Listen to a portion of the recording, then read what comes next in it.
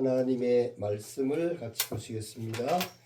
오늘 보실 하나님의 말씀은 신약성경 요한복음 7장 37절에서 마지막 절 52절까지 말씀 같이 보겠습니다. 요한복음 7장 37절에서 52절까지 말씀입니다. 같이 읽습니다. 시작. 명절 끝날 곧 큰 날에 예수께서 서서 외쳐 가라사대 누구든지 목마르거든 내게로 와서 마시라. 나를 믿는 자는 성경의 이름과 같이 그 배에서 생수의 강이 흘러나리라 하시니 이는 그를 믿는 자의 받을 성령을 가리켜 말씀하신 것이라. 예수께서 아직 영광을 받지 못하신 고로 성령이 아직 저희에게 계시지 아니하시더라. 이 말씀을 들은 무리 중에서 혹은 이가 참으로 그 선지자라 하며 혹은 그리스도라 하며 어떤 이들은 그리스도가 어찌 갈릴리에서 나오겠느냐. 성경에 이르기를 그리스도는 다윗의 씨로 또 다윗에 살던 촌 베들레헴에서 나오리라 하지 아니하였느냐 하며 예수를 인하여 무리 중에서 쟁론이 되니 그 중에는 그를 잡고자 하는 자들도 있으나 손을 대는 자가 없었더라. 하속들이 대제사장들과 바리새인들에게로 오니 저희가 묻되 어찌하여 잡아오지 아니하였느냐. 하속들이 대답하되 그 사람의 말하는 것처럼 말한 사람은 이때까지 없었나이다 하니 바리새인들이 대답하되 너희도 미혹되었느냐. 당국자들이나 바리새인 중에 그를 믿는 자가 있느냐. 율법을 알지 못하는 이 무리는 저주를 받은 자로다. 그 중에 한 사람 곧 전에 예수께 왔던 니고데모가 저희에게 말하되 우리 율법은 사람의 말을 듣고 그 행한 것을 알기 전에 판결하느냐. 저희가 대답하여 가로되 너도 갈릴리에서 왔느냐. 상고하여 보라. 갈릴리에서는 선지자가 나지 못하느니라 하였더라. 아멘. 아멘.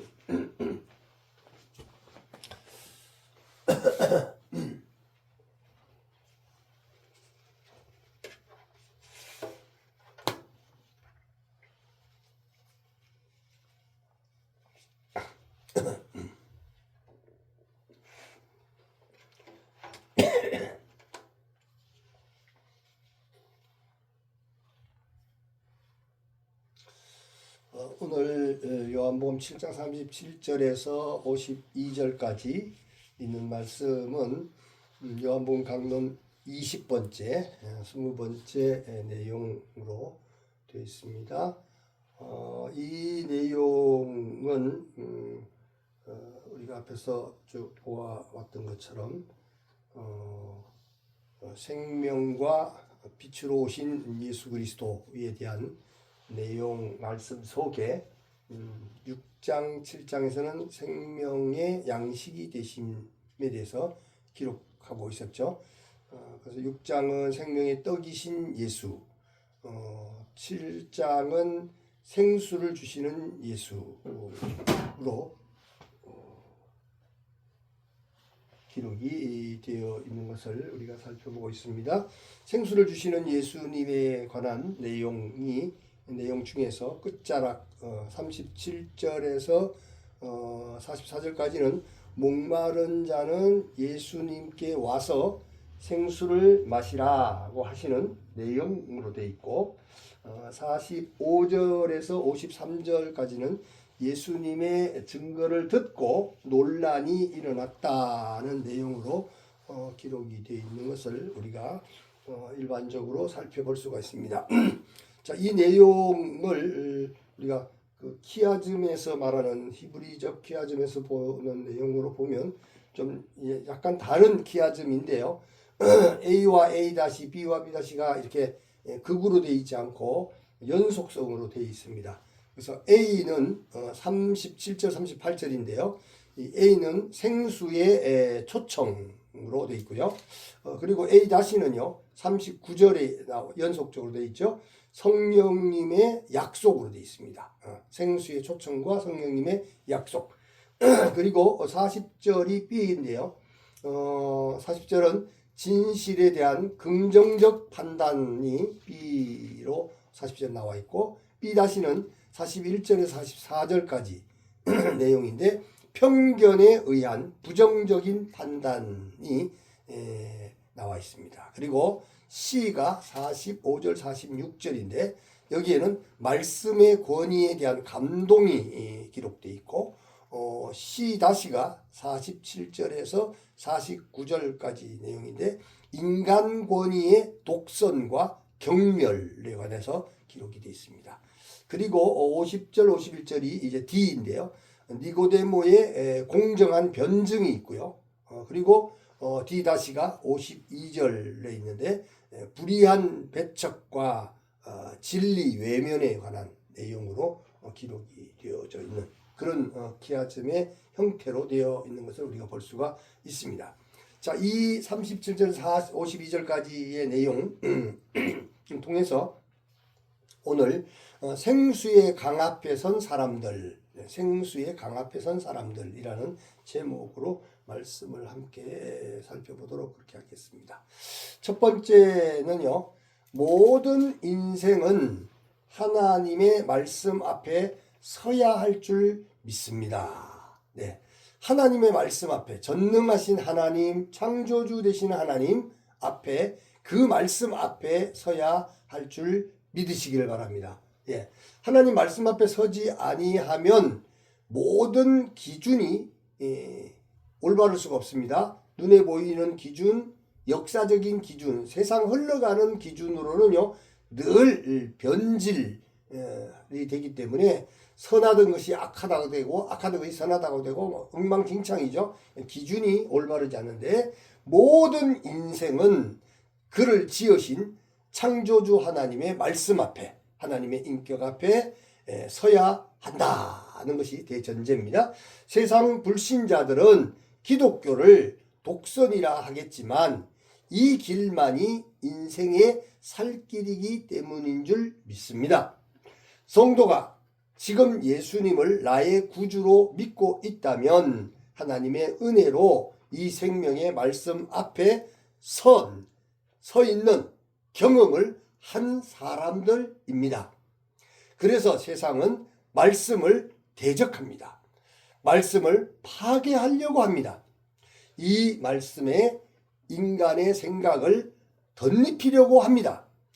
하나님의 말씀은 액면 그대로를 바라보고 믿어야 되는데 그러지 못하는 것이 세상이고 불신자들이고, 이 교회 안에도 보면 하나님의 말씀을 자꾸 변질시키려고 하는 자들이 오늘날 많이 일어나고 있는 것을 우리가 볼 수가 있는 것과 같은 것입니다.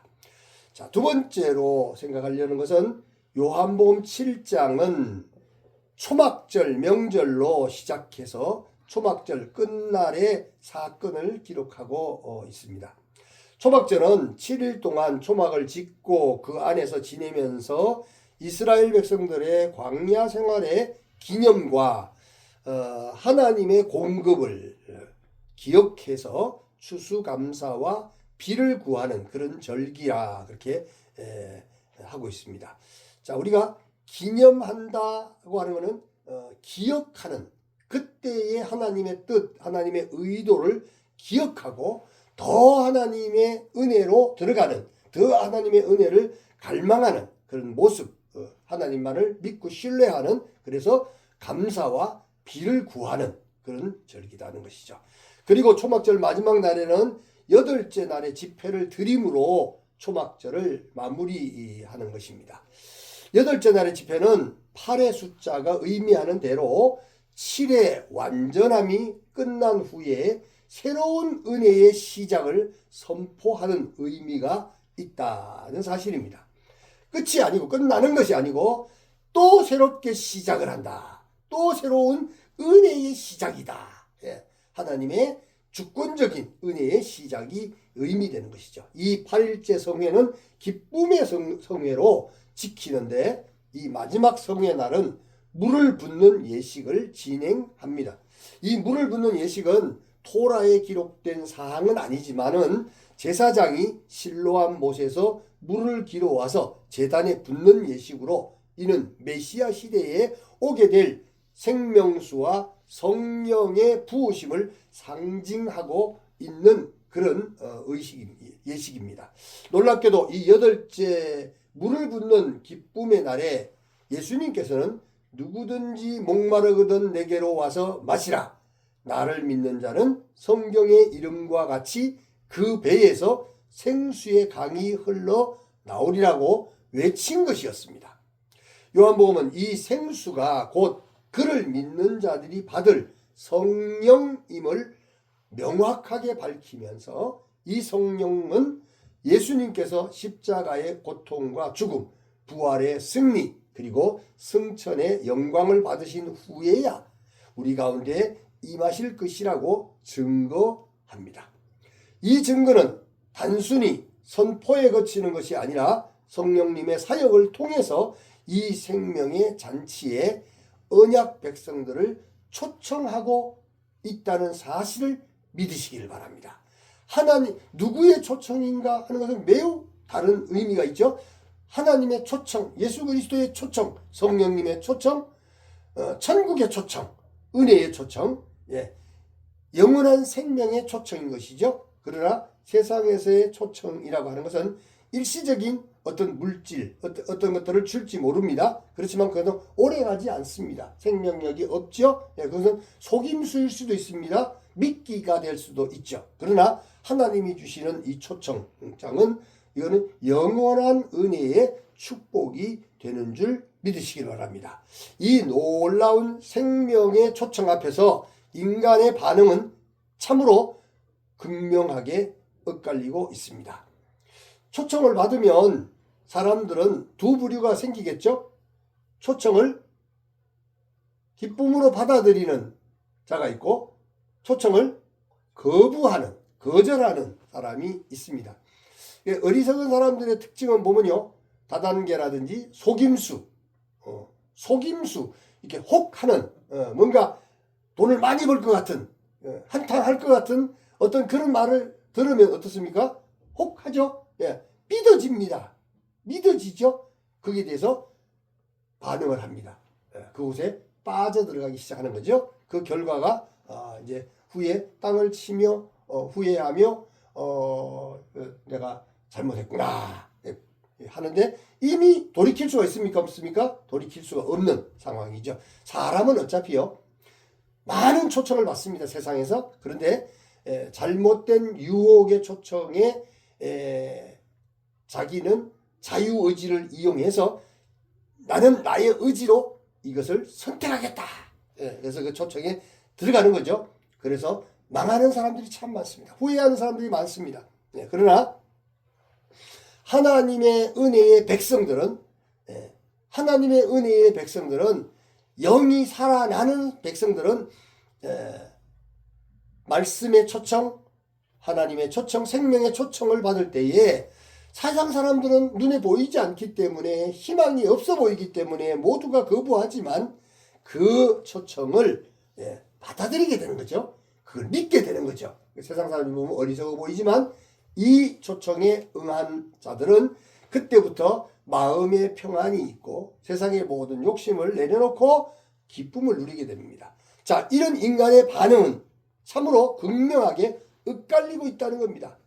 서로가 둘로 나눠지게 되는 것입니다. 예수님의 말씀을 들은 무리 중에 어떤 이들은 그들의 영혼이 진리를 향한 숨겨진 갈망으로 열려 있어 그분이 참 선지자다, 그리스도다 라고 고백하며 믿음의 가능성을 열어 보입니다. 하지만 대다수의 군중들은 어떻습니까? 예수님의 메시지에 담긴 깊은 진리보다는 그리스도가 어찌 갈릴리에서 나겠느냐는 지리적인 편견과 피상적인 성경 지식에 사로잡혀서 그가 메시아일 수 없다라고 단정을 짓고 있는 것이죠. 사람들은 자기가 가지고 있는 지식, 자기가 가지고 있는 알미라고 하는 것, 경험이라고 하는 것을 통해서 다양한 것을 가지고 있지만 그 지식을 통해서 어느 지식을 따라서 믿을 것인가? 그는 참 선지자다. 그는 참 그리스도다. 그는 하나님이 보내신 은혜다. 라고 선택하고 믿는 자가 있는가 하면 그가 그리스도가 어찌 갈릴리에서 나겠는가? 갈릴리에서 났다는 소문이 있는데 그거는 아니지 않는가? 그것이 그 지식이 더 작용을 하게 되면 결국 지리적인 편견과 피상적인 그런 성경 지식에 사로잡혀서 거부하게 되는 그런 문제가 발생하게 되는 것이죠. 오늘 인생들도 우리의 지식과 경험과 또는 세상적인 기준이라는 편견의 안경을 통해서 편견의 안경, 세상적인 컬러가 들어있는 이 안경을 통해서 생명의 말씀을 왜곡하고 진리 자체를 외면하고 있지는 않습니까? 그럼에도 예수님의 권위는 탁월했습니다. 그분을 체포하기 위해 파견되었던 성전에 체포하기 위해 성전의 경비병들조차도 예수님의 말씀에 압도되어서 손 한 번 대지 못하고 돌아와서 그 사람처럼 말한 사람은 이때까지 없었나이다 라고 고백하게 했습니다. 말씀의 은혜는 성전 가까이 있는 어떤 특정 계층에게 오는 것이 아닙니다. 말씀의 은혜가 발동하는 곳에는 누구든지 가난하고 순수한 심령이 되는 줄 믿습니다. 이 순수한 증언은 종교적인 권위를 독점하던 바리새인들을 더욱 격분시켜서 너희도 미혹되었느냐며 질책하고 자신들은 아무도 예수님을 믿지 않는다고 오만하게 말을 하면서 나아가서 예수님을 따르는 일반 백성들을 향해서는 율법을 알지 못하는 저주받은 무리라고 경멸하고 있습니다. 이것은 생명수의 근원이신 예수님의 메시지가 그들의 기득권과 종교적인 권위에 대한 정면 도전이었기 때문이라는 사실을 볼 수가 있습니다. 세 번째로 이렇게 어둠이 짙게 깔리고 불신앙과 비난이 절정에 달했을 때 한 줄기 작은 빛이 비치는데 바로 바리새인 중 한 명이었던 니고데모에게였습니다. 일찍이 밤에 예수님을 찾아와 진리에 대해서 배웠던 그는 동료 바리새인들에게 우리 율법은 사람의 말을 듣고 그 행한 것을 알아보기 전에 판결하느냐라고 용기 있게 변증을 던졌습니다. 이 질문은 단순히 법률적인 절차를 지적하는 것이 아니라 율법의 근본 정신인 공정한 심판과 진실을 향한 열린 마음을 일깨우는 구속사적인 의미를 지니고 있는 줄 믿습니다. 그러나 바리새인들의 반응은 어떠했습니까?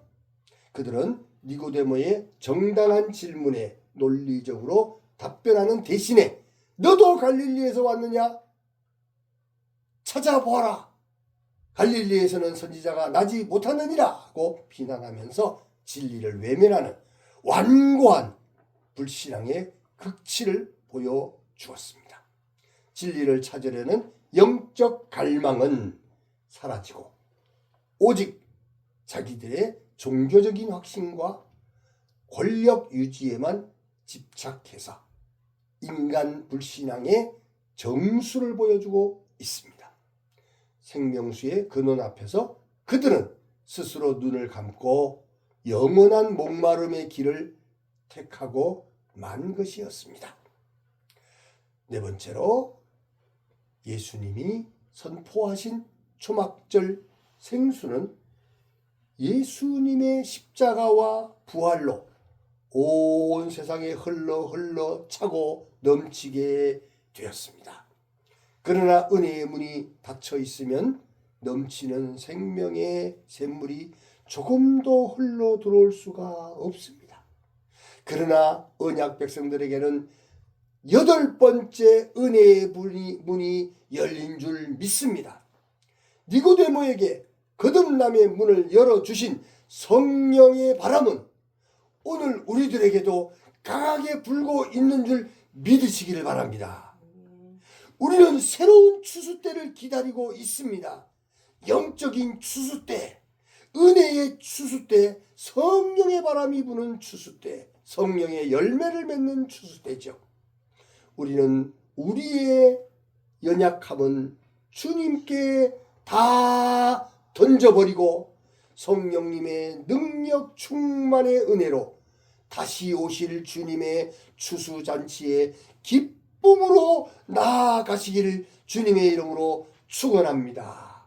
아멘. 사랑하는 성도 여러분, 오늘의 말씀을 믿으심으로 생수의 강물에서 생수의 말씀을 마음껏 마시시고 심령의 변화와 성장과 성숙을 위하여 믿음의 신앙 고백을 하시기 바랍니다. 그리고 은혜 받은 자로서의 마음의 결심과 결단을 굳게 하시는 복된 시간이 되시기를 주님의 이름으로 축원합니다. 아멘.